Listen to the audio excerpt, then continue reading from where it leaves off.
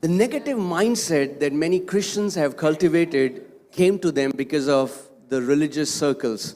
जो एक नकारात्मक सोच जो बहुत से मसीहों में आई है, वो आई है इन धार्मिक जो शिक्षाएं हैं उनकी वजह से. And sometimes it becomes very hard to impart faith to those Christians who've been hearing religious teachings for a long time. और वो मसीह लोग जो धार्मिक शिक्षा बहुत समय से सुनते आ रहे हैं, बड़ा मुश्किल हो जाता है कि जब हम उनको विश्वास के बारे में सिखाना चाहें And impart faith in their heart. और उनके हृदय में जब हम वो विश्वास की शिक्षा, वो विश्वास को जब हम उड़ेलना चाहते हैं. Well, that's not a new struggle. ये कोई नई परीक्षा या नई कोई लड़ाई नहीं है हमारे लिए. संघर्ष. The same struggle happened with Jesus and the apostle and mainly Paul.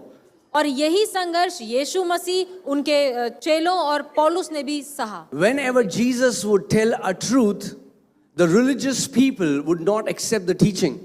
जब कभी यीशु मसीह कुछ सच्चाई बताते तो जो धार्मिक गुरु उस समय के थे उनको वो हजम नहीं होता था, उनको अच्छा नहीं लगता था. Religious mindset will always come against the truth of the word. एक धार्मिक सोच जो धर्म से भरी हुई है वो हमेशा सच्चाई के खिलाफ आएगी. Recently there was a survey done in different denominations, different churches, and in the survey they found out that 75% of what the church does is tradition and not the Bible. हाल ही में एक सर्वे हुआ और पाया गया सारे चर्चेज में जो अलग अलग डिनोमिनेशंस के हैं, और पाया गया कि 75% जो कुछ कलीसियाओं में होता है वो ट्रेडिशन है, वो रीति रिवाज है, लेकिन बाइबल के अनुसार नहीं है. And they asked the Christians that, are you willing to let go the traditions and reform things and do things the way Bible says it? And they said no. और उन लोगों से पूछा गया क्या आप इन बातों के लिए तैयार हैं कि आप इन रीति रिवाजों को छोड़ दें और जैसा बाइबल कहती है वैसे अपने जीवन को जिएं, वैसे नई सोच और नई शिक्षाओं को लाया जाए? तो उन्होंने मना कर दिया कि हमें नहीं चाहिए. And that's what Bible says. You know, Jesus said that the traditions of men has made the word of God of none effect. और यही है जो यीशु मसीह ने बात कही कि इंसानों के बनाए गए रीति रिवाजों ने परमेश्वर का जो वचन है उसको निकम्मा कर दिया. So traditions can be so powerful in a person's life that they will never allow those people to hear the truth. तो जो ये रीति रिवाज है इनको लोगों ने अपने जीवन में इतना मजबूत कर लिया कि सच्चाई उन तक नहीं पहुंच पा रही. Amen. But I know one thing, where the spirit of the Lord is, there is liberty. लेकिन मैं एक बात जानता हूं कि जहां कहीं परमेश्वर का आत्मा है वहां आजादी है. Amen. Liberty to be set free from traditional Christianity. Hallelujah. आजादी है कि हर एक प्रकार के रीति रिवाजों से हमें छुटकारा मिले. Even ईसाइयत से. ईसाइयत से भी. Amen. Hallelujah. I didn't receive Christ to jump from one religion to another. मैंने यीशु को इसलिए ग्रहण नहीं किया कि मैं एक धर्म छोड़कर दूसरे धर्म में चला जाऊं. Or because I want to wear a cross. या इसलिए नहीं कि मुझे एक क्रॉस पहनना था. No, but Jesus said, I have come and I have come with abundance of life, and I said I want to receive that life, and that is the only reason we should believe in Jesus, because in him is life and that life will transform your life. क्योंकि यीशु मसीह ने कहा कि मैं आया कि तुम बहुतायत का जीवन पा सको, और मुझे वो बहुतायत का जीवन चाहिए था, और यीशु के पीछे चलने का मकसद, उसको अपनाने का मकसद यही होना चाहिए कि वो उसके पास अनंत जीवन है और वो आपके जीवन को बदलेगा. Amen. Amen. One of the mentality that I've seen many Christians have is they want to be set free from demons and devil. एक सोच जो मैंने अक्सर मसीह लोगों में देखा है वो ये है कि वो छुटकारा चाहते हैं दुष्ट आत्माओं से. All the time they would go to people, like people go to doctors for their health checkup. There is a spiritual checkup. They will go to some people and say, check if I have demons or not. जैसे लोग आमतौर पे checkup के लिए जाते हैं doctors के पास, ऐसे ही कई मसीह लोग हैं जो अलग अलग लोगों के पास जाते हैं और कहते हैं हमारे लिए प्रार्थना करके देखो कहीं हम में कोई दुष्ट आत्मा तो नहीं. They want to be set free from demons. वो चाहते हैं कि वो दुष्ट आत्माओं से मुक्त हो जाएं. Jesus said, यीशु ने कहा, I will tell you the truth.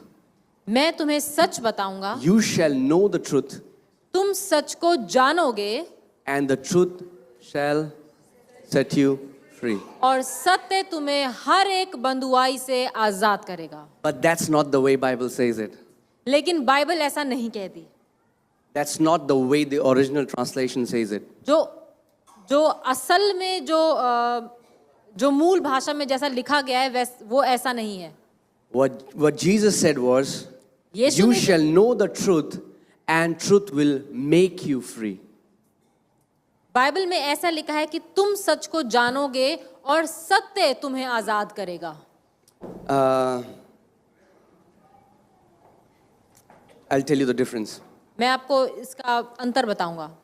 1st January 1863, 1 January 1863 the President of the United States, Abraham Lincoln, released an executive order Abraham Lincoln ने और जो वहाँ के प्रेसिडेंट थे पहले, उन्होंने ये ऑर्डर रिलीज किया that slavery, he set free all the slaves, that there would be no more slavery. Slaves were set free.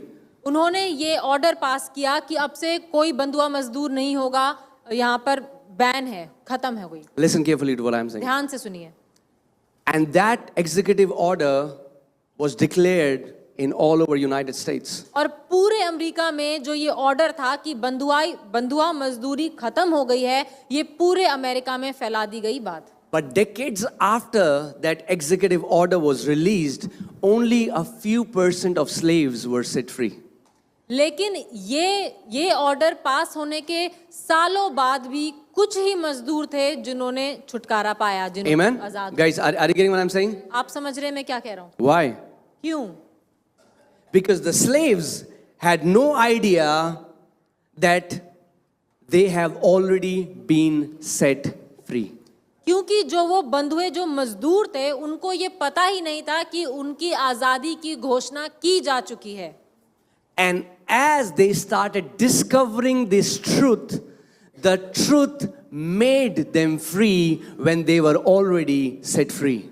और जैसे उन्होंने इस सत्य का उनको पता चला, तो वो उस मजदूरी से, उस बंधुआ मजदूरी से मुक्त होते गए, जबकि वो छुटकारा उनको पहले ही मिल चुका था। Amen. Are you getting what I'm saying? आप समझ रहे हैं मैं क्या कह रहा हूँ? You were set free 2000 years ago on the cross of Calvary. आप 2000 साल पहले कलवरी क्रूस पर अपना छुटकारा पा चुके थे। If I can say it to you, you don't need to be set free from devil. You are already set free from the devil.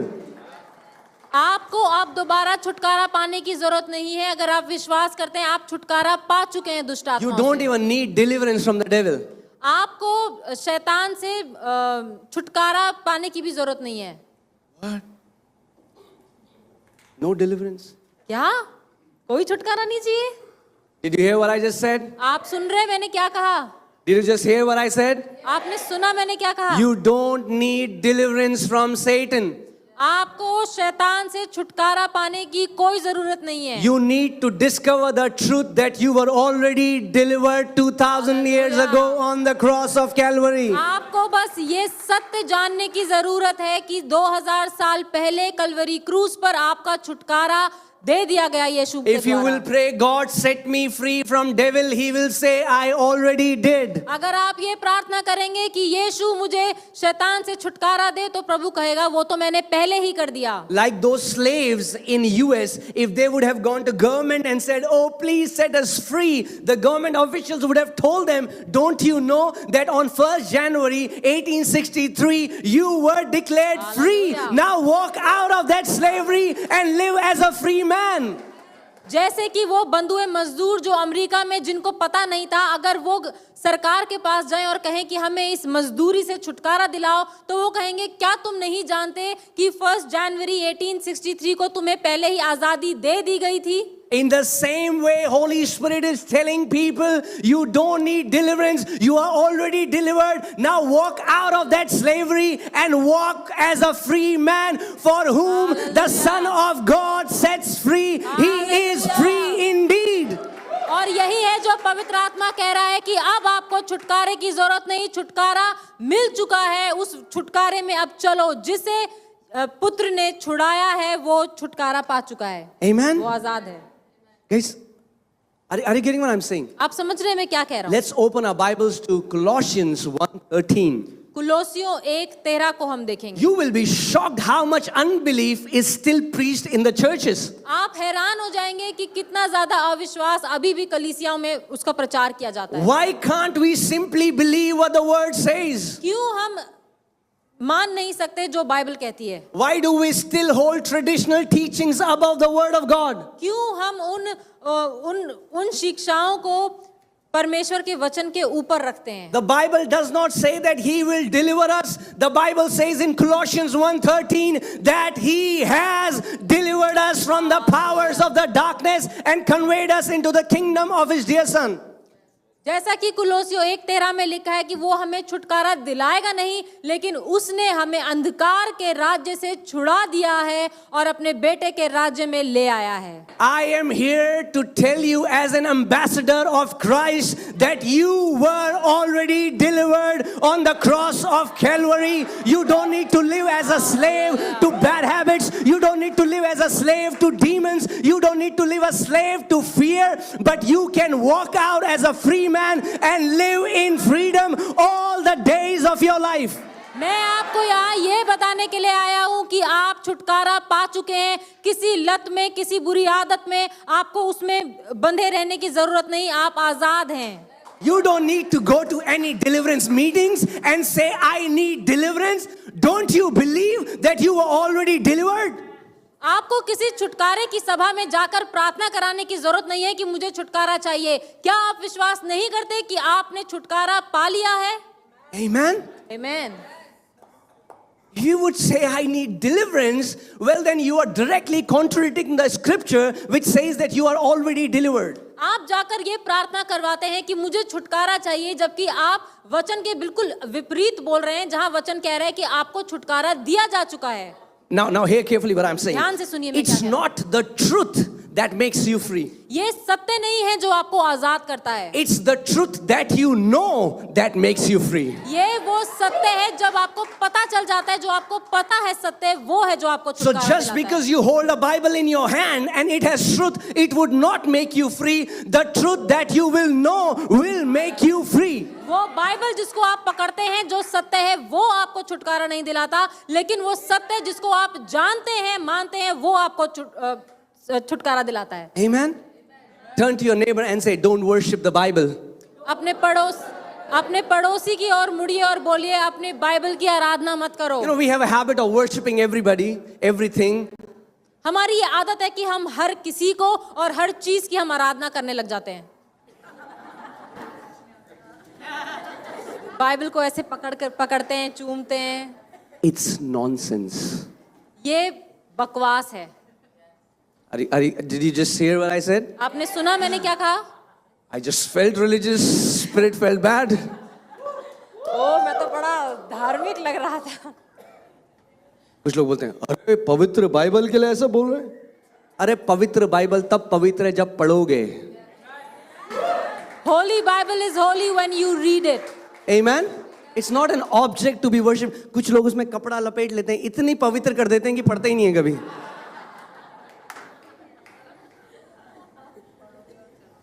Amen.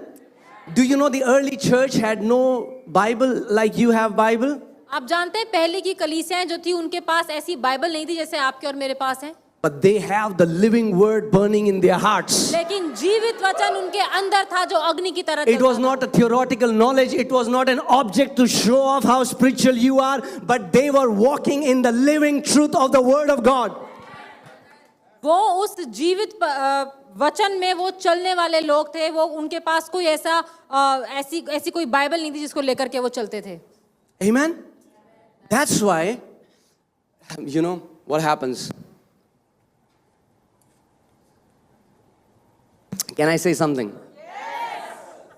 क्या मैं कुछ कहूँ? Amen. I hope you'll not be offended. आप बुरा तो नहीं मानेंगे, And if you will be, may God heal your hearts. और अगर आप बुरा मान भी जाएं तो प्रभु आपके दिल को चंगा करे। Amen. आमीन।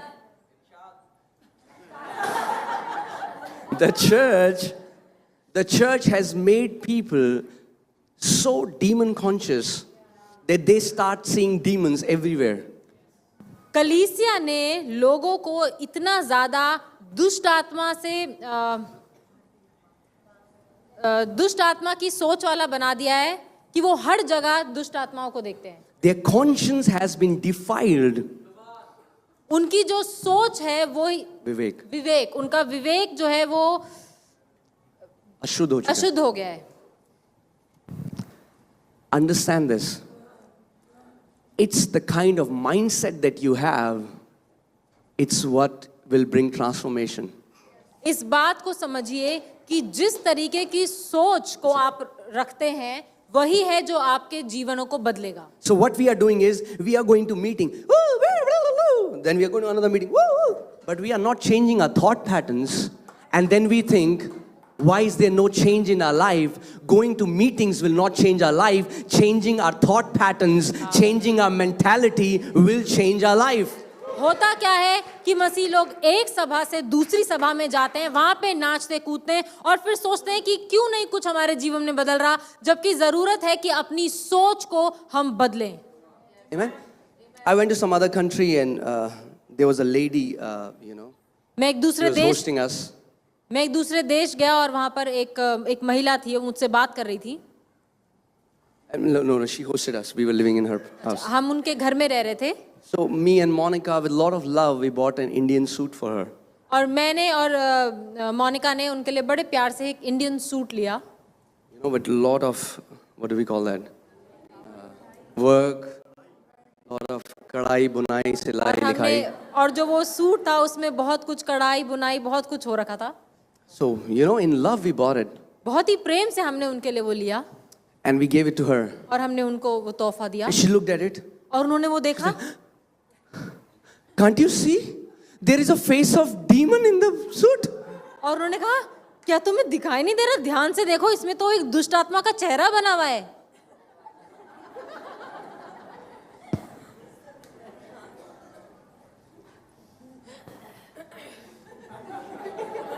Then they start seeing demons everywhere. और ऐसे लोग हर जगह पर दुष्ट आत्माएं देखते हैं। Demons or snakes. दुष्ट आत्माएं, सांप। सांपी सांप, सांपी सांप, सांपी सांप.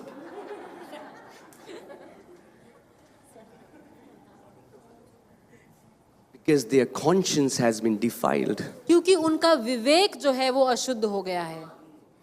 Are you getting what I'm saying? आप समझ रहे मैं क्या चाह रहा हूँ?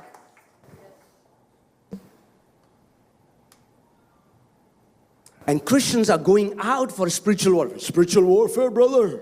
और मसीह लोग बाहर जाते हैं, वो आत्मिक मलयुद्ध है भाई, तुम्हें पता नहीं है? We'll climb the highest mountain and from there we'll bind the queen of heaven. और हम सबसे ऊंचे पहाड़ पर जाएंगे और वहां पर से हम उस स्वर्ग की उस रानी को बांध देंगे। And then they climb the highest mountain. और फिर And then they scream. I'll save my energy. और फिर वो सबसे ऊंचे उस पहाड़ पर चढ़ जाते हैं और वहां से चिल्लाने लगते हैं और कभी इस दुष्ट आत्मा को बांधते हैं, कभी उस दुष्ट आत्मा को।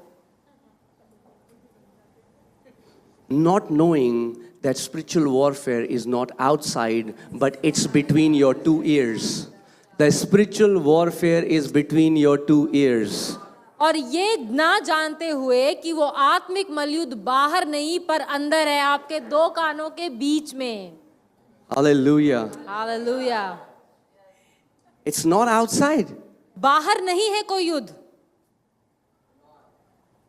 When Paul says we do not wrestle against principalities and powers, it's not a physical wrestling. He's talking about wrestling in thoughts. That's what Satan does. He gives you lies in your thoughts.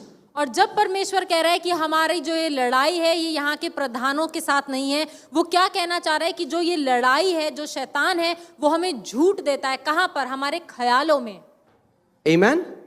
So what is the spiritual warfare in the new covenant? तो नए नियम में वो आत्मिक मलयुद्ध क्या है? Casting down wrong imagination is the true spiritual warfare. बुरी सोच, गलत सोच को खदेड़ देना, वो है आत्मिक युद्ध. Amen? It's very important that we should have the right mentality. ये बहुत ज़रूरी है कि हमारी एक सही सोच हो. Amen? And many things that, many things that we have heard in religious circles that to the logical mind, but they are not right according to the kingdom. और बहुत सी बातें हमने ऐसी हैं जो सुनी हैं, जो सुनने में सही लगती हैं, लेकिन वचन के अनुसार वो सही नहीं है. Like, if you do good, God is going to bless you. अगर If you do bad, God is not going to bless you. God is going to be angry and He's going to stop blessing you. अगर तुम सही करोगे तो प्रभु तुम्हें आशीषित करेगा, अगर नहीं करोगे तो तुमसे नाराज हो जाएगा, तुम्हें आशीषित करना बंद कर देगा. ऐसी Now, शिक्षाएं on the surface, this teaching looks awesome. Yes, man. अब ऊपर से देखने में ऐसी शिक्षाएं बहुत अच्छी लगती हैं कि हाँ बिल्कुल That सही is what है. happens in the world. दुनिया में तो ऐसा ही होता है, यही सिखाया जाता है. Right? So we think it's about if a person does good, he receives good from the Lord. If a person does bad, then no blessing. और दुनिया में यही सिखाया जाता है कि अगर तुम सही करते हो तो प्रभु की तरफ से सब कुछ अच्छा है, तुम्हें आशीष मिलेगी, लेकिन अगर बुरा करोगे तो नहीं मिलेगा. That's not true. और ऐसा सच नहीं है. So what am I saying? तो मैं क्या कह रहा हूँ? Am I saying that even if a person doesn't do right, God will still bless him? क्या मैं ये कह रहा हूँ कि अगर कोई व्यक्ति सही नहीं करेगा फिर भी प्रभु उसे आशीषित करेगा? Am I saying this? क्या मैं ये कह रहा हूँ? I'm exactly saying this. मैं यही कह रहा हूँ. Did you just hear what I said? क्या आपने सुना मैंने क्या कहा? Because when people think that they are receiving good things from the Lord because they are better than other people, it is a fallen mindset. That is not how God operates. Whatever He gives us because He loves us. जब हम ऐसा सोचते हैं कि हमें जो कुछ अच्छा मिल रहा है, जो कुछ हमारे जीवनों में आशीष है, वो इसीलिए है क्योंकि हम औरों से बेहतर हैं, तो ये एक गलत मानसिकता है, एक गलत सोच है. प्रभु हमें जो भी कुछ देता है, जब हमें आशीषित करता है, वो इसीलिए करता है क्योंकि वो भला है. Amen. और हमसे प्यार करता है. One time I met a girl and she came to me and she said, "Bhaiya, I'm not getting married, and my pastor told me God is doing that because I did not live right." और एक बार मेरे पास एक बहन आई और उसने कहा कि भैया मेरी शादी नहीं हो रही है और मेरे जो पासवान हैं उन्होंने मुझे कहा है कि वो मेरी शादी इसलिए नहीं हो रही है क्योंकि मैं एक सही जीवन नहीं जी रही हूँ. And so many times, many of us have thought, man, we are not getting healed because maybe we are not living perfectly. We are not receiving this thing from God because maybe we have not done things right. Is it true or not? और बहुत से लोग ऐसा सोचते हैं कि मुझे चंगाई इसलिए नहीं मिल रही है शायद क्योंकि मैं एक सही जीवन नहीं बिता रहा, मुझे ये इसलिए नहीं मिल रहा, वो इसलिए नहीं मिल रहा, मेरा जीवन सही इसलिए नहीं चल रहा क्योंकि मैं एक सही जीवन नहीं जी रहा. So we start living in this performance-based Christianity, and that will suck the joy out of your life. और फिर हम एक ऐसी मसीहत जीने लगते हैं जहां पर हम अपने कर्मों के अनुसार परमेश्वर से कुछ पाना चाहते हैं और ऐसा करने में हमारा आनंद चला जाता है. Can I say this? क्या मैं ये कह सकता हूँ? Even in the worst phase of your life, God is still good to you. आपके अपने सबसे बुरा जो वक्त हो जीवन का, उसमें भी परमेश्वर आपके साथ है, आपसे प्रेम करता है. His love does not fluctuate up and down depending upon how you perform. आप अपना जीवन कैसे व्यतीत कर रहे हैं, परमेश्वर का प्रेम उस बात पर निर्भर नहीं करता. वो Because आपसे He हमेशा is Prem. love, all He knows is how to love. क्योंकि परमेश्वर प्रेम है, वो सिर्फ प्रेम करना जानता है. You know what, many times, God made man in His own image, परमेश्वर ने मनुष्य को अपने स्वरूप में बनाया. but many times we have made God in our own image. लेकिन हमने क्या किया है कि हमने परमेश्वर को अपने स्वरूप में बना लिया. Amen? So, number one things that human beings do is when they are offended by someone or when they don't like what they do, the first thing that human beings do is they withhold their love. और हम मनुष्य लोग हम क्या करते हैं कि अगर हमें किसी की कोई बात बुरी लग गई, हमें कोई पसंद नहीं है, तो हम सबसे पहले क्या करते हैं, हम उस प्रेम में नहीं बहते, हम उससे वैसा प्रेम नहीं करते. We stop. We'll withhold it. हम उस व्यक्ति के साथ अपना प्रेम नहीं दिखाते। Is that true or not? ऐसा सच है कि नहीं? Right? Let's go to Romans 8:32. Let's see what God does. Romeo 8:32 में हम देखते हैं कि प्रभु क्या करता है। Book of Romans chapter 8 verses 32. Romeo 8 उसका When you're there, say amen and we are going to read it together. और हम इस आयत को साथ में पढ़ेंगे। So that it becomes clear to you today that God is not withholding anything from His children. ताकि आप इस बात में पक्के हो जाएं कि परमेश्वर अपने बच्चों से कोई कुछ भी रोक के नहीं बैठा। Are you ready? तैयार हैं आप? Okay, can we read together? Okay. 1, 2, 3. Come on. He who did not spare His own Son, delivered Him up for us all, how shall He not with Him also freely give? Let's read it in Hindi. जिसने अपने निज पुत्र को भी न रख छोड़ा, परंतु उसे हम सब के लिए दे दिया, वह उसके साथ हमें और सब कुछ क्यों कर ना देगा। Amen. When God gave you His best, जब परमेश्वर ने आपको अपना सबसे उत्तम दे दिया, there is nothing that He is withholding from your life. तो फिर ऐसा कुछ भी नहीं है जो वो रोक रहा है आपके जीवन में। Are you getting what I'm saying, church? आप समझ रहे हैं मैं क्या If you're कह रहा हूं? thinking God is withholding a promotion, God is not giving me a baby, God is not giving me a life partner, God is not giving me a business, God is not giving me a good health because I have not lived perfectly, then you are deceived.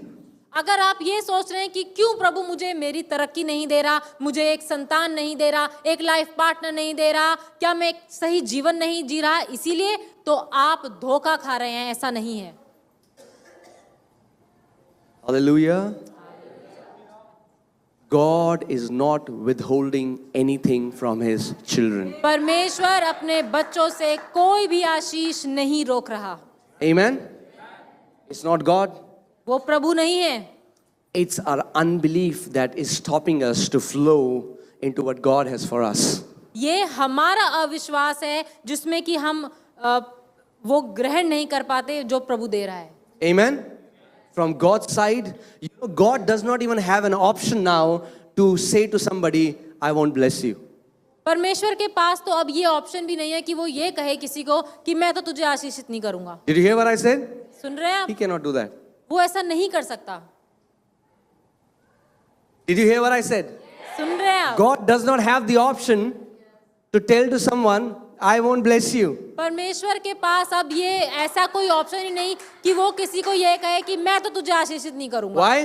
क्यों? Because God is not wanting to bless anyone. God is not. Not wanting to bless anyone. क्योंकि परमेश्वर अब किसी को आशीषित नहीं कर रहा। God is not wanting to bless anyone. Did you hear it, church? आप सुन रहे हैं? परमेश्वर किसी को भी आशीषित नहीं कर रहा। Why? क्यों? Because He has already blessed us with every spiritual blessing in the heavenly places in Christ Jesus. क्योंकि परमेश्वर ने हमें सारी आत्मिक आशीषों से आशीषित कर दिया है यीशु मसीह में। Let's do a simple mathematics. हम एक साधारण सी मैथ्स करते हैं। If God has already blessed you with every spiritual blessing, अगर परमेश्वर ने आपको हर एक आत्मिक आशीष से आशीषित कर दिया है, कर चुका है, then what is left? तो अब क्या बचा है? And if now God says, I won't bless you anymore. और अगर अब प्रभु कहे अब मैं आशीषित नहीं कर रहा, तो Like, फिर अब तो हो गया. now you are blessed. Amen? Amen. It's like a father who writes an inheritance for his son and gives him everything that he has. ये ऐसा है जैसे एक पिता अपनी जायदाद में लिख रहा है कि सब कुछ उसने दे दिया है। And now his son receives the inheritance. और अब उसका बेटा वो जायदाद मिरास को ले ले। Can that father say to the son, I won't give you a single penny? क्या अब वो पिता कह सकते हैं अपने बेटे को मैं तुझे एक फूटी कौड़ी भी नहीं दूंगा? Okay, मत दो.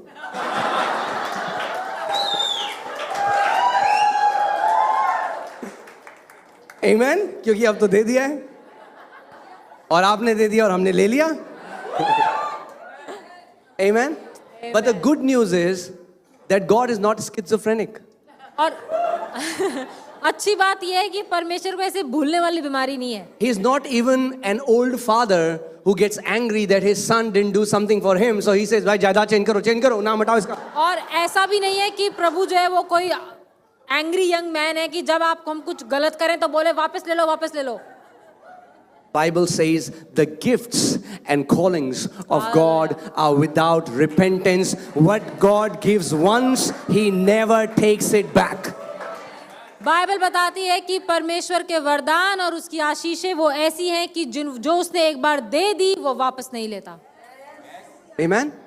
And understand this, church, everything that we have in this world is a gift from the Father. और इस बात को समझिए कि जो कुछ हमारे पास इस दुनिया में है वो परमेश्वर की ओर से एक तोहफा है, एक आशीष. You cannot earn anything from Him. आप उससे कुछ भी खरीद नहीं सकते.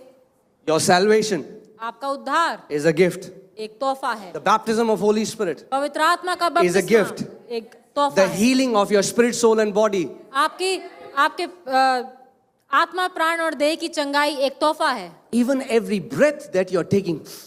यहाँ तक कि हर एक सांस जो हम ले रहे हैं. ऐसे तो नहीं करते ना, प्रभु कहता है चल 50 बार हालेलुया बोल तो 30 सांस दूंगा. Right? You cannot even earn the breath you're taking. Everything that God gives to His children is a free gift, and the gift that He gives, He never takes it back, church. हर एक सांस जो आप ले रहे हैं, हर एक चीज जो परमेश्वर ने आपको दी है वो एक तोहफा है, और जो तोहफा परमेश्वर देता है उसे कभी वापस नहीं लेता. Religious people don't like this message. धार्मिक लोगों को ये संदेश पसंद नहीं आता. तो क्या कहना चाह रहे हो? जो हम इतना चढ़ के ऊपर गए पहाड़ में, तुम कह रहे हो उसका कोई मतलब नहीं है? So what are टांग you में saying? छाले हो गए हमारे.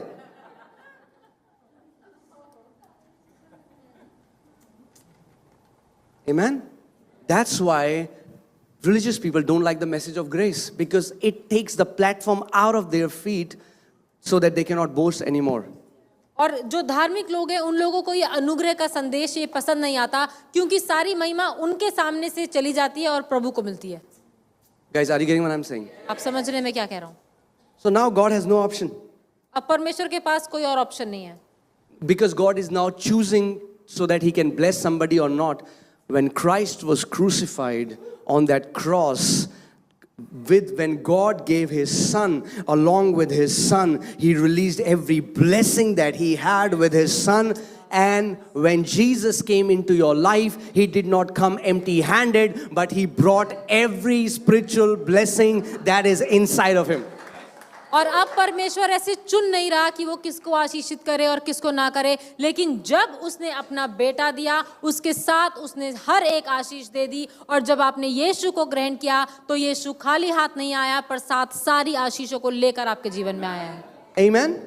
So if you are born again, तो अगर आपने नया जन्म पाया है, if you are, I don't know how many of you are born मुझे again. नहीं पता आप में से कितने लोगों ने नया जन्म पाया है, If you लेकिन are not, अगर आपने नहीं पाया है नया जन्म, then I would say get born again. तो मैं कहूंगा नया जन्म पा लीजिए. Amen? Jesus said, unless you are born again, you cannot enter the kingdom of heaven. यीशु मसीह ने कहा जब तक कि नया जन्म ना पालो स्वर्ग के राज्य में प्रवेश नहीं कर So सकते. get born again.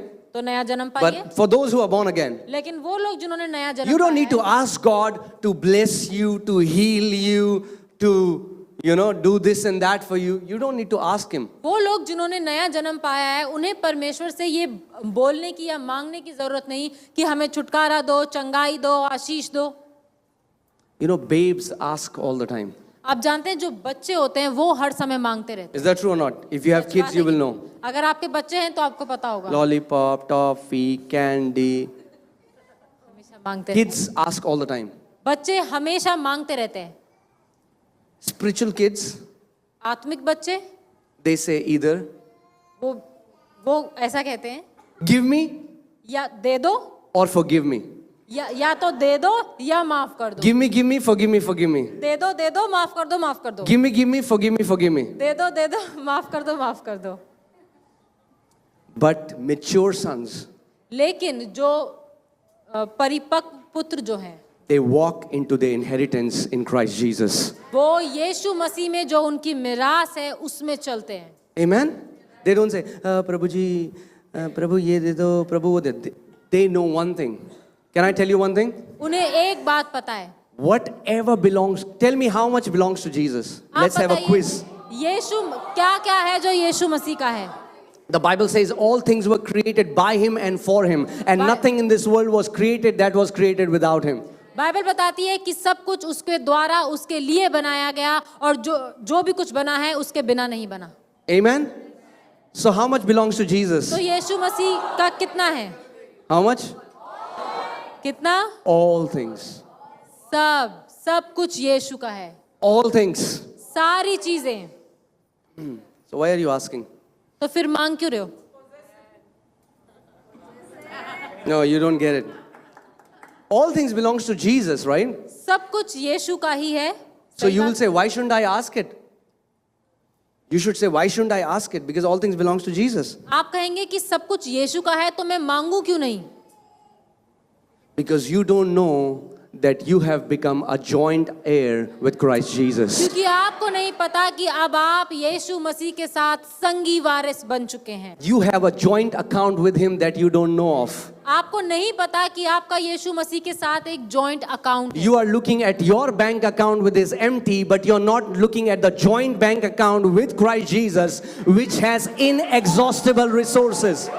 आप अपना बैंक अकाउंट देख रहे हैं जो खाली है, लेकिन उस अकाउंट को नहीं देख रहे जो यीशु के साथ है, जहां पर कभी भी किसी भी चीज की कमी नहीं. मैं नहीं कह रहा, बाइबल कह रही है. Romans 8:16 and 17. रोमियो 8:16 और 17. Let's go to book of Romans, chapter 8, verses 16 and 17. Romeo 8:16 और 17.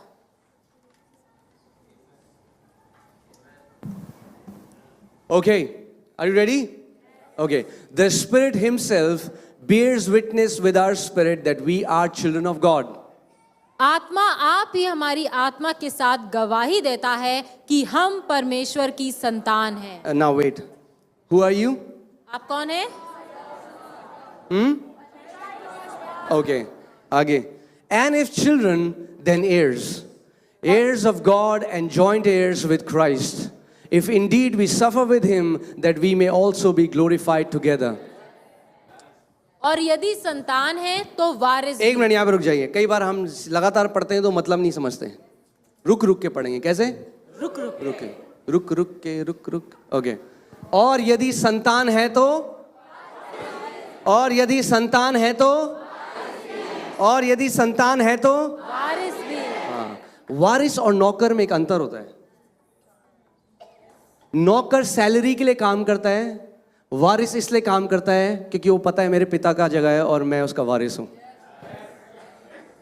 There is a difference between a servant and a child. A servant works for wages, but a child knows that he is the child, so he works. Many Christians live as servants. बहुत से मसीही लोग मजदूरों की तरह, नौकरों की तरह काम करते हैं. So they want the wages of their fasting, of क्योंकि their praying, of how much gospel they have preached. I have saved so many people, so you release my wage. और वो लोग काम ऐसे करते हैं कि हमने इतनी उपवास, इतना प्रार्थना किया, इतना सुसमाचार प्रचार किया, हमें तो ये जो हमने सारे काम करे इनकी तनख्वाह चाहिए.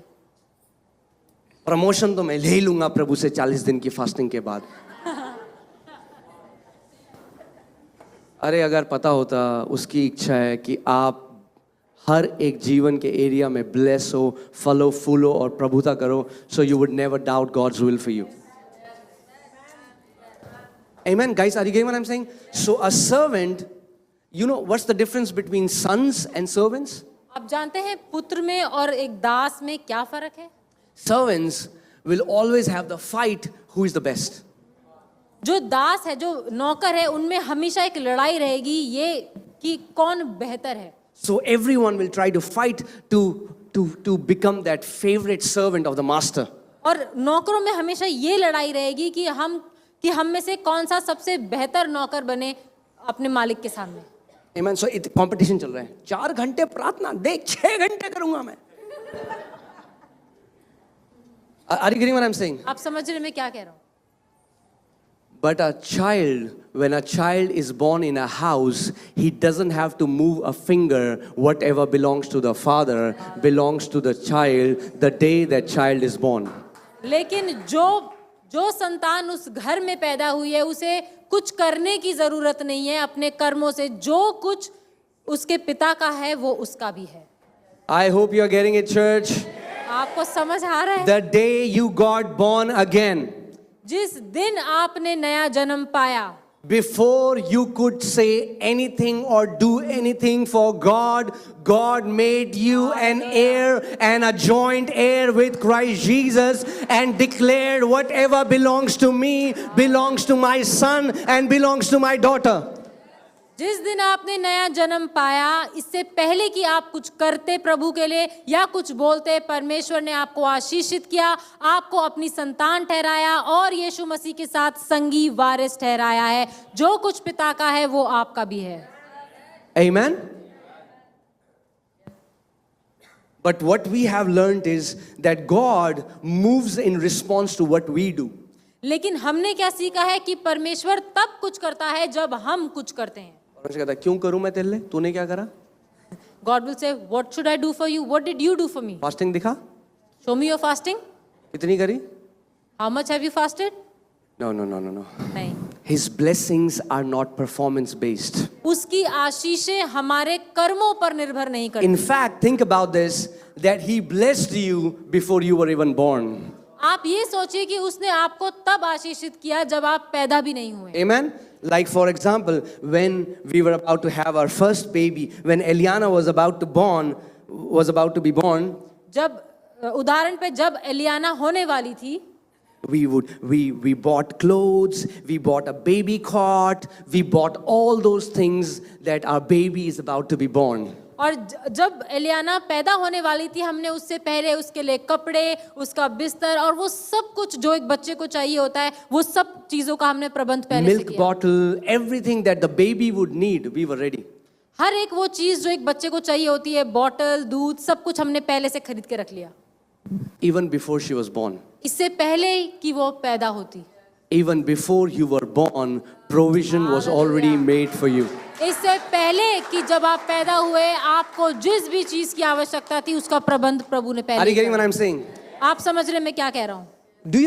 Why do you think God made Adam on the 6th day? Why did he not make Adam on the 1st day? आपने सोचा कि क्यों परमेश्वर ने आदम को छठे दिन बनाया, पहले दिन नहीं बनाया?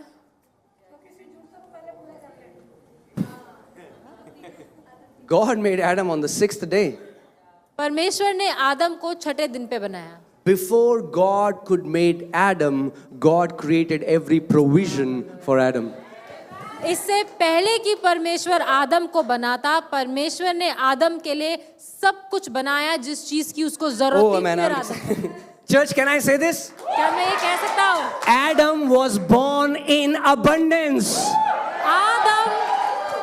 Adam was not born in lack. Adam was born in abundance. The day you were born again, you were born in abundance. You were born in divine health. Amen. आदम को परमेश्वर ने कमी घटी में नहीं लेकिन बहुतायत में बनाया। जिस दिन आपने जन्म लिया, आपने कमी घटी में नहीं लेकिन परमेश्वर की बहुतायत में जन्म लिया है। Then the question is, why are Christians suffering? Why are Christians living in lack?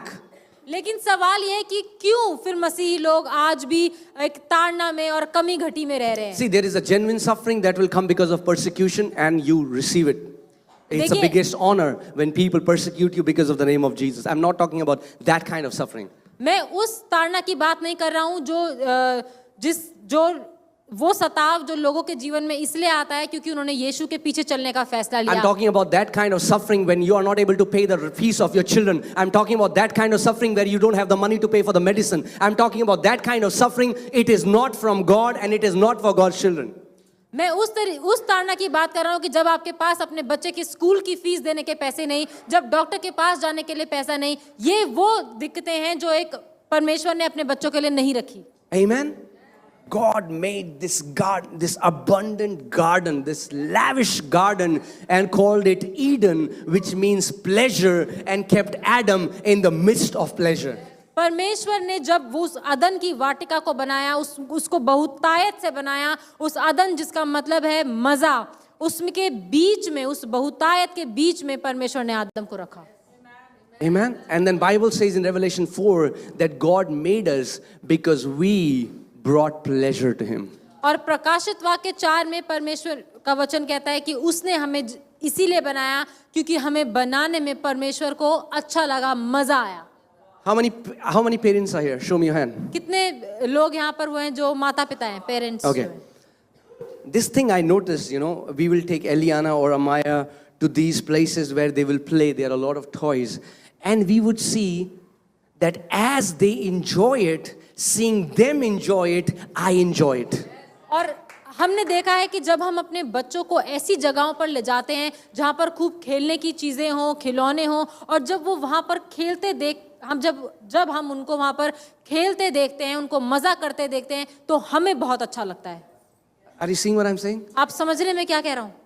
Why do you buy toys? Why do you buy all these things for your kids? क्यों आप ये सारे खिलौने और अच्छी अच्छी चीजें खरीदते हैं अपने Is it बच्चों के necessary? लिए? क्या जरूरत है? No. नहीं. Why do you buy toys for your kids? क्यों हम खरीदते हैं अपने बच्चों के लिए खिलौने? क्योंकि जब आपके बच्चों को मजा आता है तो उनको देखकर आपको भी मजा आता है.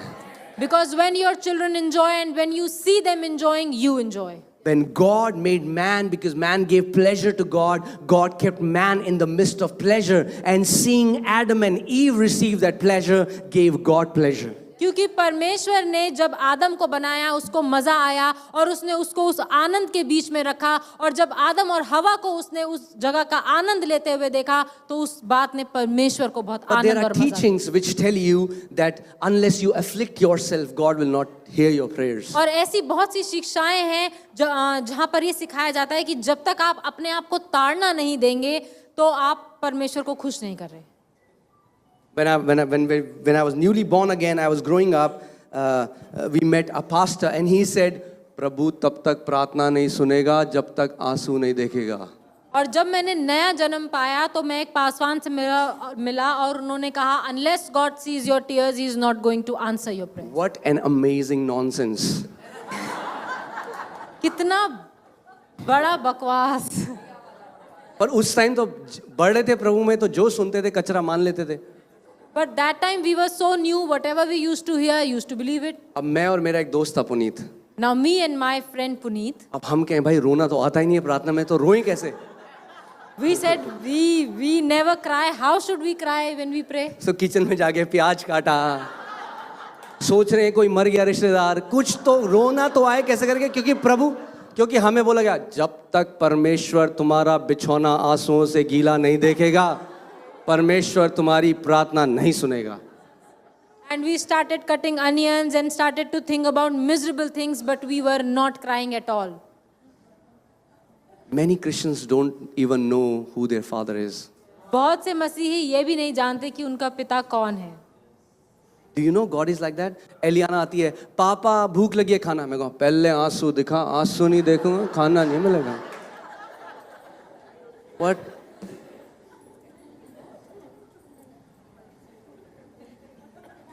How many of you, your kids were ever sick? Show me your hand. आप में से कितने लोग ऐसे हैं जिनके बच्चे कभी बीमार हुए? Come on. अपना हाथ दिखाएं. What happens? You spend sleepless nights क्या होता है जब आपके बच्चे बीमार होते हैं? आप लोग रात भर नहीं सोते. seeing them in pain, pained you. You were not having any physical pain, but just seeing them in pain broke your heart. आपको कोई शारीरिक दर्द नहीं हो रहा, लेकिन जब आप देखते हैं कि आपके बच्चे दर्द में हैं तो वो देखकर आपका दिल टूटता है.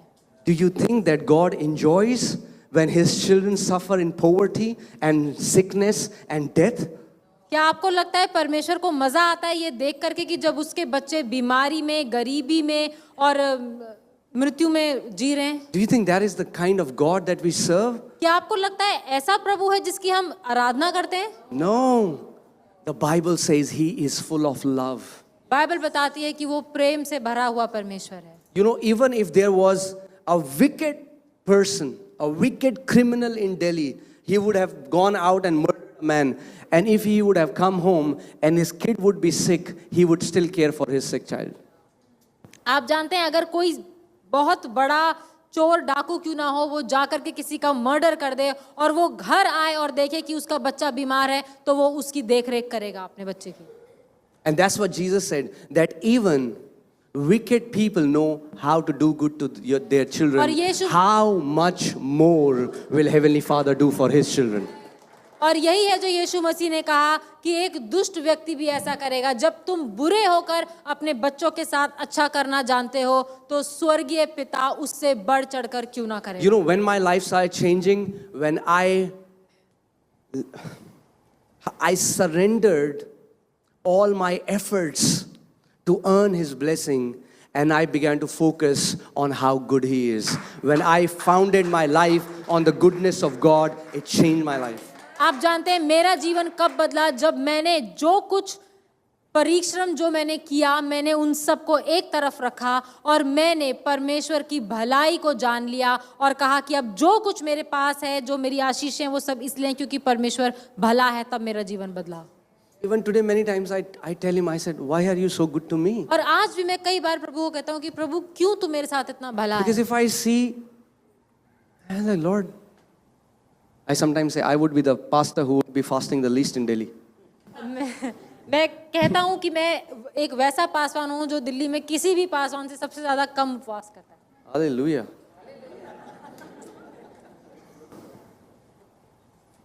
We are not having 40 days fasting prayer. We're not going out binding things. हम कोई 40 दिन की उपवास प्रार्थना नहीं कर रहे, हम कोई बाहर जाकर प्रधानताओं और दुष्ट आत्माओं को नहीं बांध रहे। What we have learned is that our Heavenly Father is full of love and kindness and mercy. हमने ये जान लिया है कि हमारा स्वर्गीय पिता प्रेम और भलाई और करुणा से भरा And हुआ when पिता we है। being evil, we cannot do any bad things to our kids, then nothing evil comes from our Heavenly Father. और जब हम बुरे होकर अपने बच्चों के साथ कुछ बुरा नहीं कर सकते तो वो स्वर्गीय पिता हमारे साथ कुछ भी बुरा नहीं। Know this, that whenever He looks at you, all He has for you is His heart filled with blessings. His heart that loves you and wants you to live in the best version of yourself as you can live. और ये जान लीजिए कि जब कभी पिता आपको देखता है तो उसका हृदय आपके लिए प्रेम से भरा हुआ है और वो आपके बारे में जो कुछ सोचता है वो भलाई सोचता है, वो सिर्फ आपको आशीषित करना चाहता है। Amen. So make the goodness of God your foundation. तो परमेश्वर की भलाई को अपने जीवन की नींव बना लीजिए That no matter what, कि फर्क नहीं पड़ता कुछ भी हो, no matter what, फर्क नहीं पड़ता कुछ how भी you हो, have lived, how many times you have failed, but He was always good and He will always be good, a good father to you. फर्क नहीं पड़ता कि आप कैसा जीवन जीते हैं या आपके जीवन में कितनी आपने हारें देखी, लेकिन परमेश्वर भला था, भला है और रहेगा। But I can challenge you one thing. लेकिन मैं एक बात आपसे जरूर His कहूँगा, goodness will not let you remain the way you are. His goodness is going to change you. कि उसकी भलाई जैसे आप हैं आपको वैसे ही नहीं रहने देगा, पर उसकी भलाई आपको लगातार बदलती चली जाएगी, Make you an amazing person. आपको एक बहुत अच्छा व्यक्ति बना देगी। Amen? So when, I was talking about how Christians are so demon conscious. और मैं जैसे बात कर रहा था कि कैसे मसीह लोग हमेशा दुष्ट आत्माओं के बारे में सोचते रहते हैं।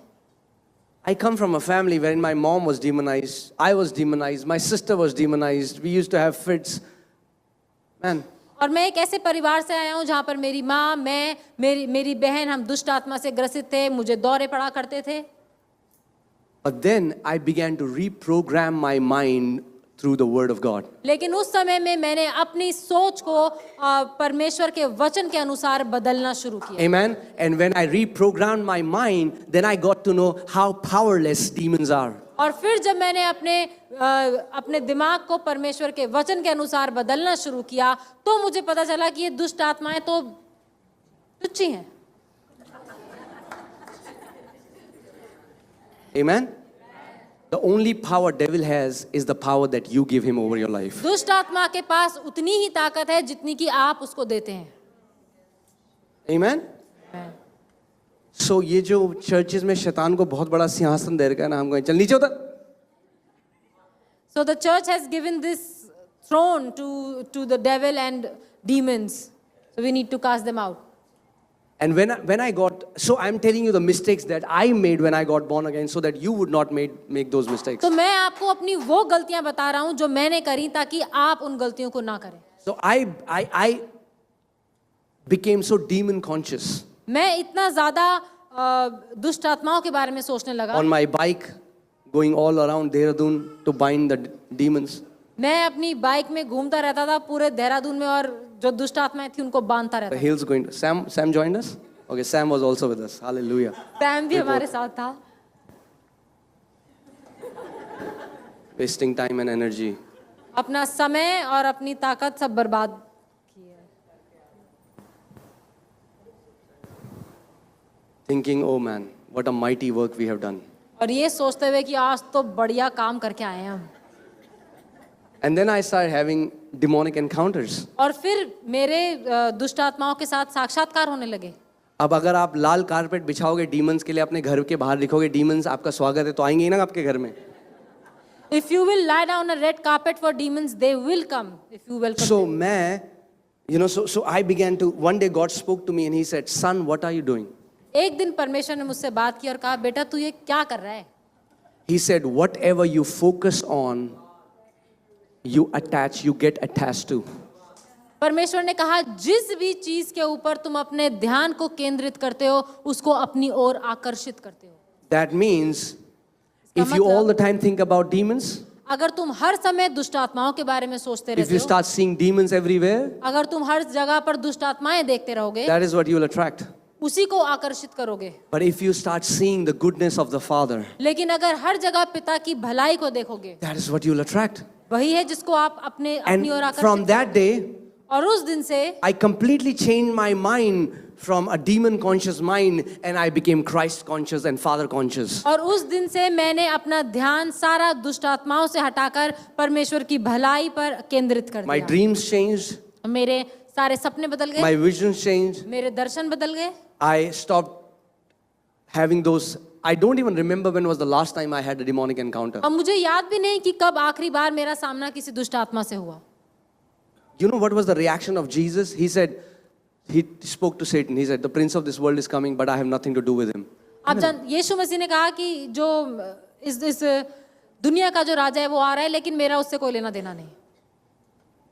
Guys, are you getting what I'm saying? आप समझ रहे हैं? If from that kind of family, if I can live a life completely free of demons, then we all can live a life completely free of demons if only we reprogram our mind in victory.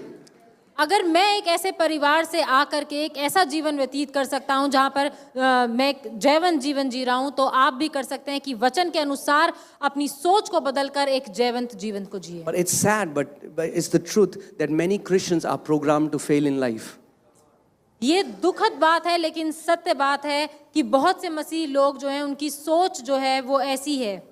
They have been programmed to fail. उनको ऐसी शिक्षाएं दी गई हैं जहां पर उनकी सोच जो है वो एक हारी हुई सोच हो गई है। But we were created to rule and reign, church. लेकिन हमें बनाया गया है ताकि हम राज्य करें और प्रभुता करें। Amen? We were created to have dominion. हमें बनाया गया कि हम प्रभुता करें। Jesus said we are the city set on the top of the mountain hill. यीशु मसीह ने कहा कि हम वो नगर हैं जो चोटी पर ऊंचे पर रखा गया है। What is Jesus saying? क्या है जो यीशु कह रहा That है? each one of you have the potential to become a blessing to the entire city if you would just know who lives inside of you. यीशु कहना चाह रहा है कि सिर्फ अगर आपको पता हो कि कौन आपके अंदर रहता है, आपके अंदर वो सामर्थ है कि आप पूरे नगर के लिए, जाति जाति के लोगों के लिए आप आशीष ठहरे। He sees you as a city. There is a city inside of you and you can bless cities. वो आपके अंदर एक नगर को देखता है, एक शहर को देखता है, और आपके अंदर वो सामर्थ है कि आप शहरों शहरों के लिए आशीष ठहरे। Amen? So if I can say it this way, you don't even need to overcome Satan. मैं ऐसा कहूंगा कि आपको शैतान के ऊपर जय पाने की भी जरूरत नहीं है। Did you just hear what I said? आपने सुना मैंने क्या कहा? You don't need to overcome Satan. आपको शैतान के ऊपर जय पाने की जरूरत नहीं है, Because he was already defeated 2000 years ago on the cross. क्योंकि 2000 साल पहले क्रूस पर उस शैतान को हरा दिया गया है। Amen? Amen. Amen, church?